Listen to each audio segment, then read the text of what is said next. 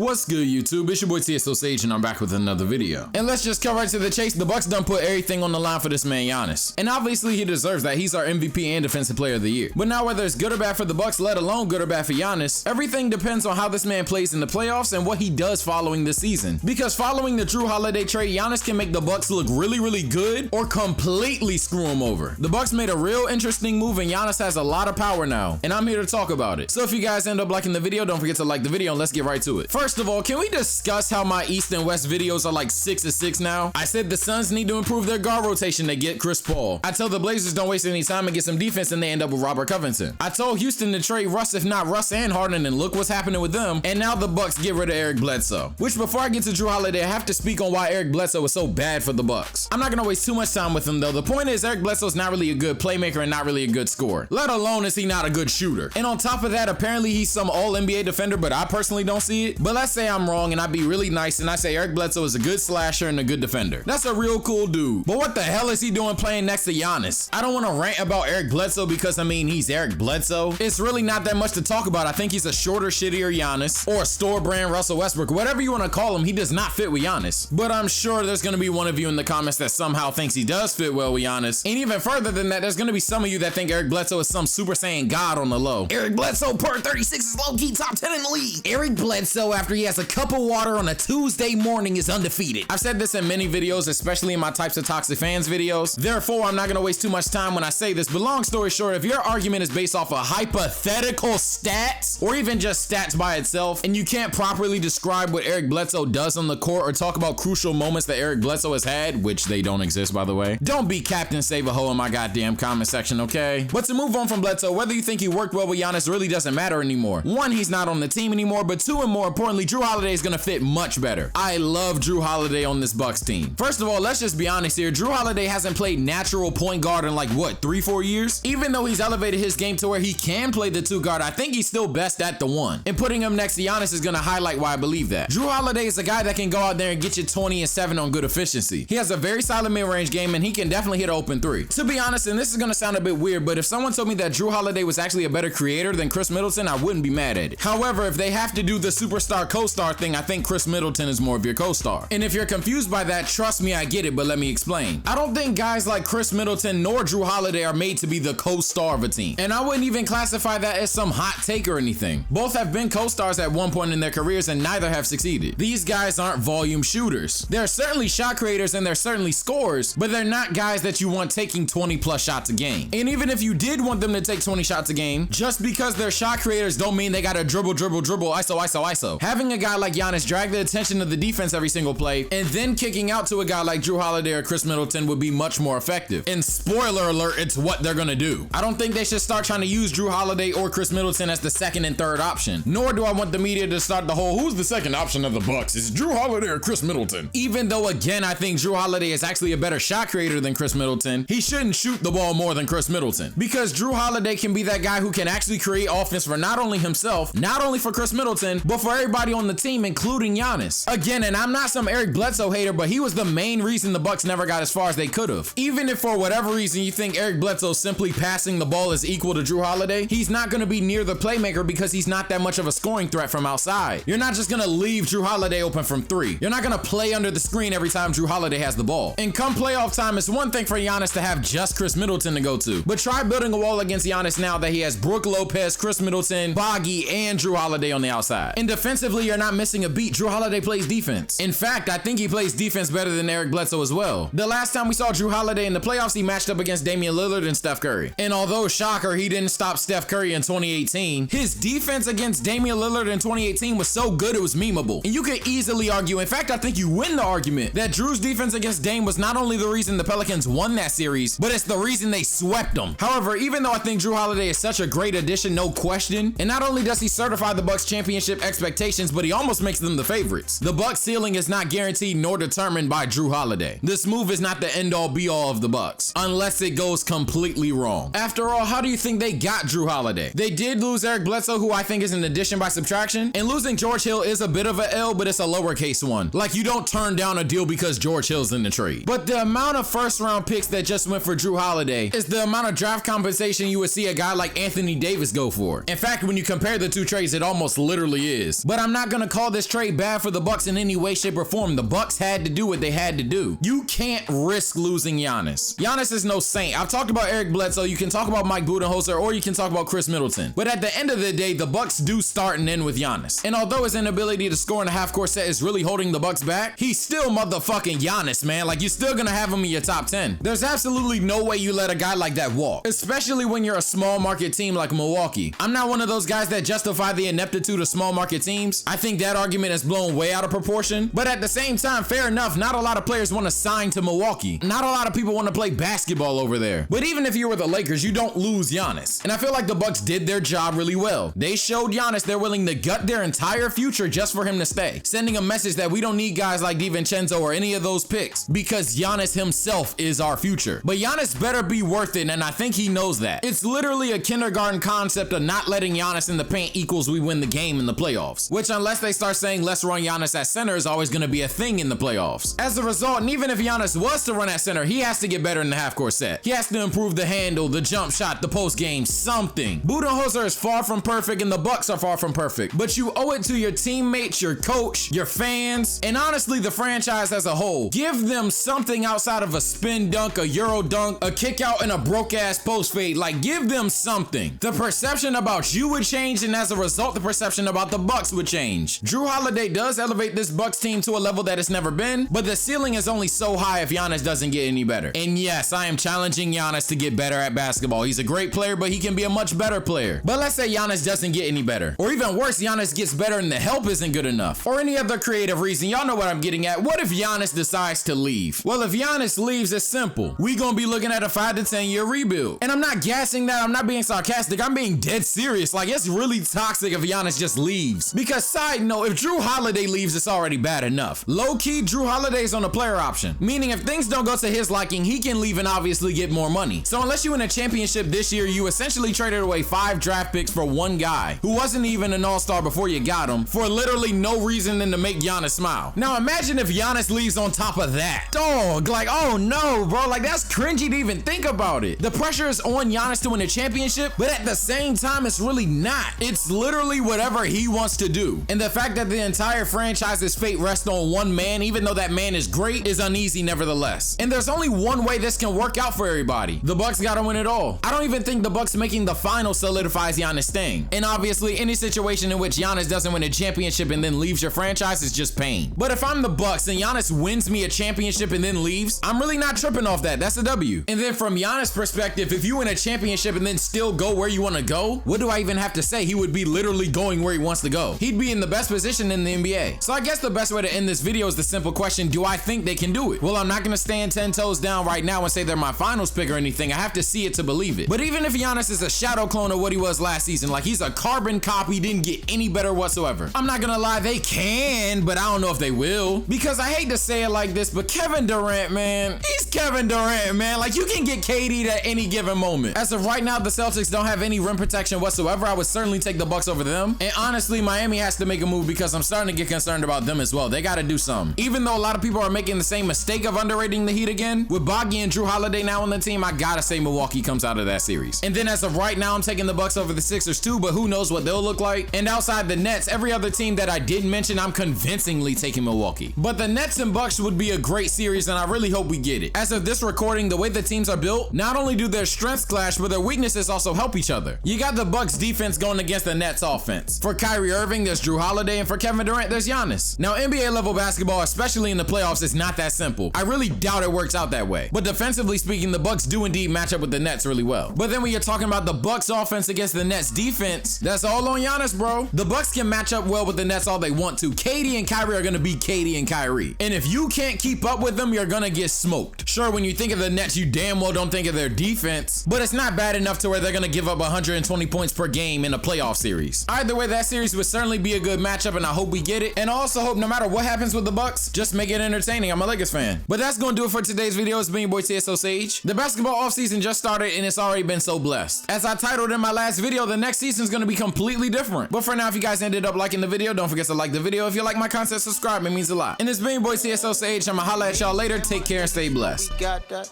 They say, why you too hype, bitch? I feel like I'm amped up. You did us wrong. I can't stand for no anthem. I'm that nigga editing footage out of that camera. Damn. All of my niggas get paid. Pussy wet like a lake. Nigga want beef, so I serve him steak. Hold on, let me get you a plate. Take a girl on a date. Now she tryna kick it every day. She give me face. Mary Kate, all of you niggas just hate.